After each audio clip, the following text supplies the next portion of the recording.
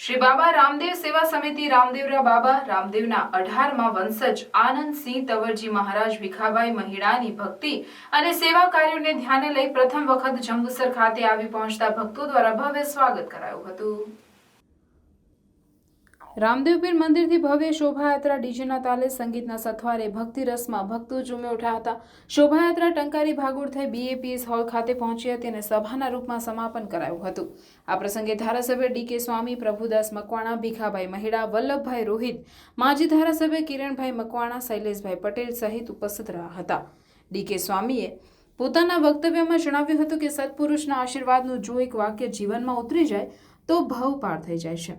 દર વર્ષે ગામે ગામ રામપીરજીના દર્શને મંદિરે નેજા ચડે છે, તેવા રામાપીર આપણા જંબુસરમાં પધાર્યા છે તેવો ભાવ ઉત્પન્ન થાય છે। આનંદજી મહારાજ જે સંકલ્પ લઈને આવ્યા છે તે આપણે પૂર્ણ કરવાનો છે।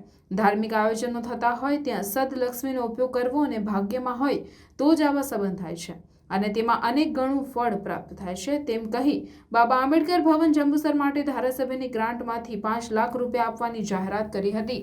આનંદસિંહ તવરજી દ્વારા જણાવાયું હતું કે બાબા રામદેવજીના 18મા વંશજ રામદેવરા સમાધિનું સંચાલન કરે છે। 5 પાંડવોમાં અર્જુનના વંશજ રામદેવ પીર છે તેમ કહી ટૂંકો પરિચય આપી તુવરની ઓળખાણ અંગે ઇતિહાસ વર્ણવ્યો હતો। આજના ભૌતિક ભાગદોડની જિંદગીમાં શાસ્ત્રનું વાંચન શક્ય નથી તો સાધુ સંતો દ્વારા કાર્ય કરવામાં આવે છે। બાબા રામદેવજીની પૂજા પાઠ અંગે વાત કરી રામદેવજીએ જે રસ્તો બતાવ્યો છે તે પરંપરા મુજબ કાર્ય કરવામાં આવે છે તેમ કહી સંગઠનને વિવિધ કાર્યોની માહિતી આપી ભક્તિ કરવા જણાવ્યું હતું। આ પ્રસંગે અગ્રણી અશોકભાઈ ચોકસી, હિતેન્દ્રસિંહ ઠાકોર, પ્રતાપભાઈ સોની, ચંદ્રકાંતભાઈ જંબુસરિયા સહિત મોટી સંખ્યામાં ભાઈ બહેનોએ હાજર રહી દર્શન પ્રમાણીનો લાભ લીધો હતો।